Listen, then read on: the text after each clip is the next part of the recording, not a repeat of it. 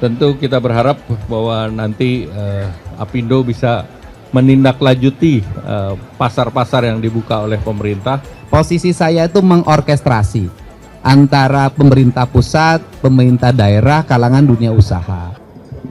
Saya didampingi oleh pengurus Apindo. Sini ada Pak Gunawan, Pak Budiarjo Hipindo, kemudian Bu Karina. Hari ini saya hadir dalam rapat kerja dan konsultasi Apindo, dan tentu temanya adalah dengan semangat Indonesia Incorporated menuju Indonesia Emas. Indonesia Incorporated itu menjadi penting karena pada saat kita melakukan negosiasi tarif dengan Amerika, kita menggunakan pendekatan Indonesia Incorporated untuk memberikan commercial offer.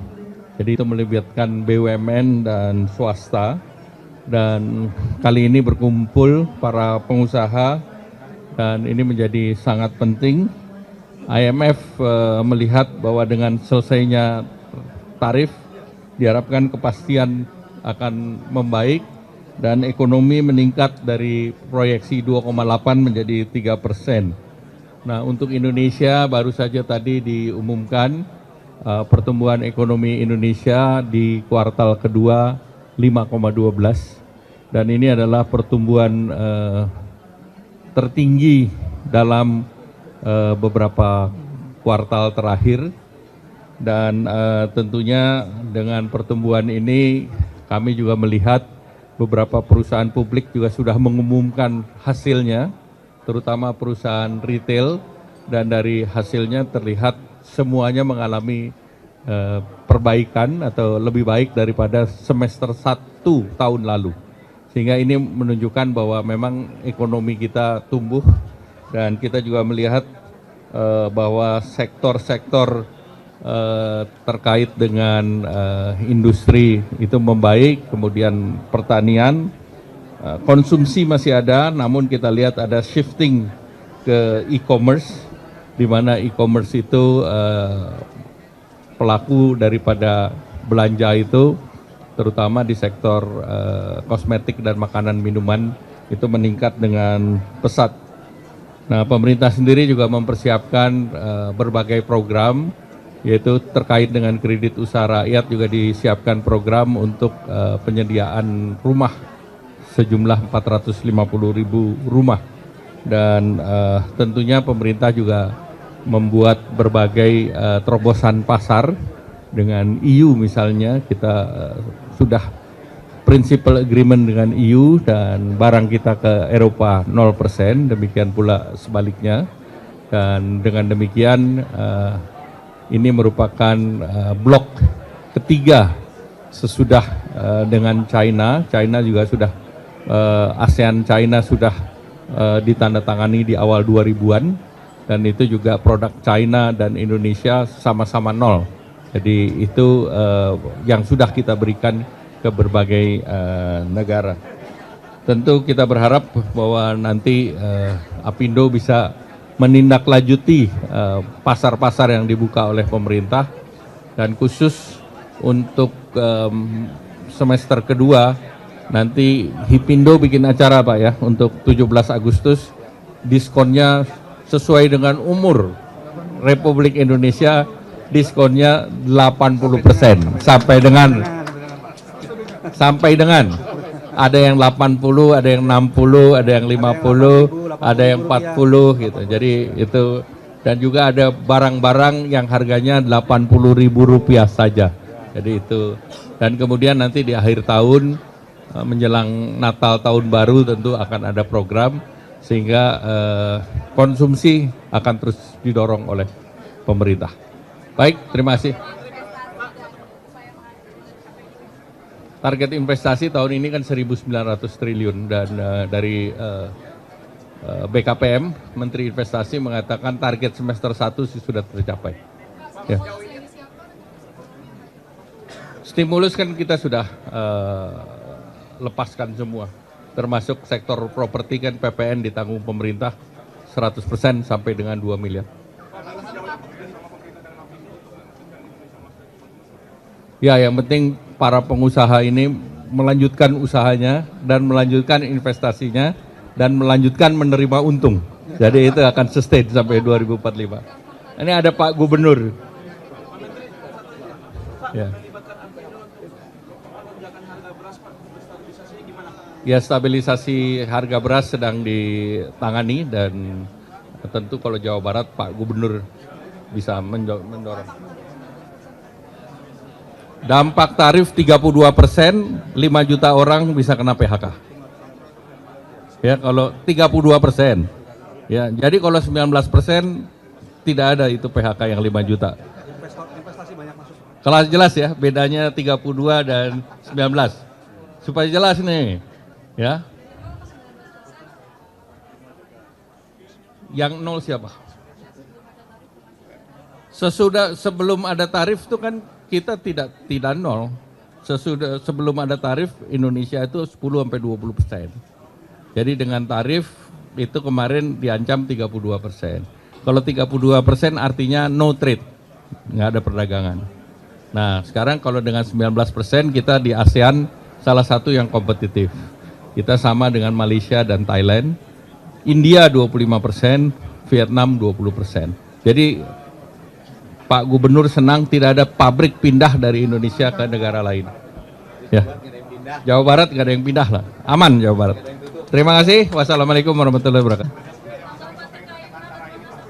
Kenapa? Intinya adalah forum ini adalah forum sinkronisasi. Saya tadi sudah menyampaikan posisi saya itu mengorkestrasi antara pemerintah pusat, pemerintah daerah, kalangan dunia usaha. Dan kita tahu Jawa Barat hari ini kan ranking investasinya tertinggi Indonesia. 72,5 triliun sudah masuk dan kita harapkan bisa terus meningkat. Kan hal itu terjadi bukan ujuk-ujuk, tetapi ada beberapa kebijakan strategis, misalnya angka premanisme di dunia industri menurun tajam. Gitu bisa lihatlah hari ini. Kemudian yang kedua adalah angka investasi itu dipengaruhi yaitu upaya kita mendekatkan industri pada masyarakat agar mengerti. Ini problem investasi itu kan gini, izin lokasi, IUP, UKL, UPL, ya kan? Kemudian nanti rekomendasi dari Dinas Lingkungan Hidup Provinsi Jawa Barat yang memegang otorisasi di dalam UKL, UPL. Nah, dalam UKL, UPL itu seringkali yang menjadi problem antrian, karena masuk di OSS itu. Di antrian itu digeser begini jadi masalah. Nanti takut jadi temuan. Yang gitu-gitu kan diperlukan kecerdasan kepala daerah. Bagaimana gubernur, bupati berkoordinasi agar ini tidak terhambat. Karena uang masuk ini, misalnya progres pembangunan fisiknya harus cepat. Karena nanti bulan November harus masuk, bulan Desember harus masuk. Yang seperti itu harus dilakukan dengan baik. Yang kedua misalnya tanah. Nah masyarakat ini gini, waktu awal pembebasan misalnya cuma 200-300. Begitu perusahaan sisanya tinggal 20 hektar dan dia dikejar bahwa 2 bulan kalau nggak selesai maka investasi cabut. Nah itu biasanya loncat tuh angkanya 3 juta, 4 juta. Nah yang seperti itu perlu pendekatan. Saya gubernur tuh sering mengirim surat pada masyarakat bertemu. Masalahnya apa, nanti orientasinya apa, dikasih penjelasan, turun, win-win, selesai. Nah itu kan yang termasuk BYD seperti itu, kemudian di Indramayu seperti itu. Nah hari ini kemudian terjadi perkembangan yang relatif baik. Nah industri yang padat karya hari ini sudah bergeser ke Indramayu, kemudian sebagian Kuningan, sebagian lagi Cirebon, mudah-mudahan sebagian Majalengka. Kemudian industri padat modal itu di Subang sekarang sudah mulai tumbuh. Nah misalnya di padat modal masih ada problem juga. Misalnya ada surat edaran Menteri Pertanian, ya kan? Tidak boleh ada alih fungsi, sedangkan sawahnya itu misalnya cuma 5 hektar di tengah kawasan industri yang 400. Nah kalau orang nggak berani ngambil keputusan, nah saya ini ya sudah kita bertemu dengan menterinya, saya sudah WA Pak Menterinya. Kita bertemu yang 5 hektar ini di kepala saya itu nggak boleh hilang. Terkompensasi, bagaimana terkompensasi? Begini caranya, daerah ini perlu urukan, ngambil Indramayu urukannya. Urukan di Indramayu jangan seperti hari ini, orang ngambil tanah sembarangan nggak bayar pajak, ancur-ancuran. Bikin sawah baru, terintegrasi, nanti terintegrasi dengan PSDA, BBWS. Jadi tanah yang digeser itu melahirkan sawah baru yang mengganti. Hanya 5 hektar itu, 5 hektar ganti jadi 25 hektar. Ini bisa dilakukan kalau gubernurnya, para kepala daerah bisa mengorkestrasi. Nah, selama ini kenapa terjadi kekacauan? Semua jalan sendiri-sendiri. Yang ngambil batu nggak ada izin sendiri, ngambil pasir sendiri, ngambil tanah sendiri. Kredit di jalan, begitu di jalan truknya diprotes sama yang pulang kerja. Nah ini yang terjadi. Nah itu tugas pemimpin tuh nggak boleh lepas tangan. Dia harus tampil untuk segera menyelesaikan seluruh problem itu agar para pengusaha tidak dipusingkan oleh berbagai problematika sosial yang terjadi. Kalau administratifnya nggak masalah. Kemudian yang berikutnya adalah ini yang harus segera didorong, link and match. Orang Karawang, Desa Wadas nggak diterima oleh di perusahaan itu gara-gara matematika dasarnya lemah. Kalau seperti itu nanti untuk para calon tenaga kerja, saya bikin kursus yang sederhana-sederhana aja. Misalnya kursus matematika dasar, kali, jumlah, tambah, yang gini-gini. Nah ini yang harus segera diselesaikan sehingga pendidikan kita ini pendidikan yang mengarah pada kebutuhan. Yang berikutnya rencana rekrutmen tenaga kerja harus bisa dilihat.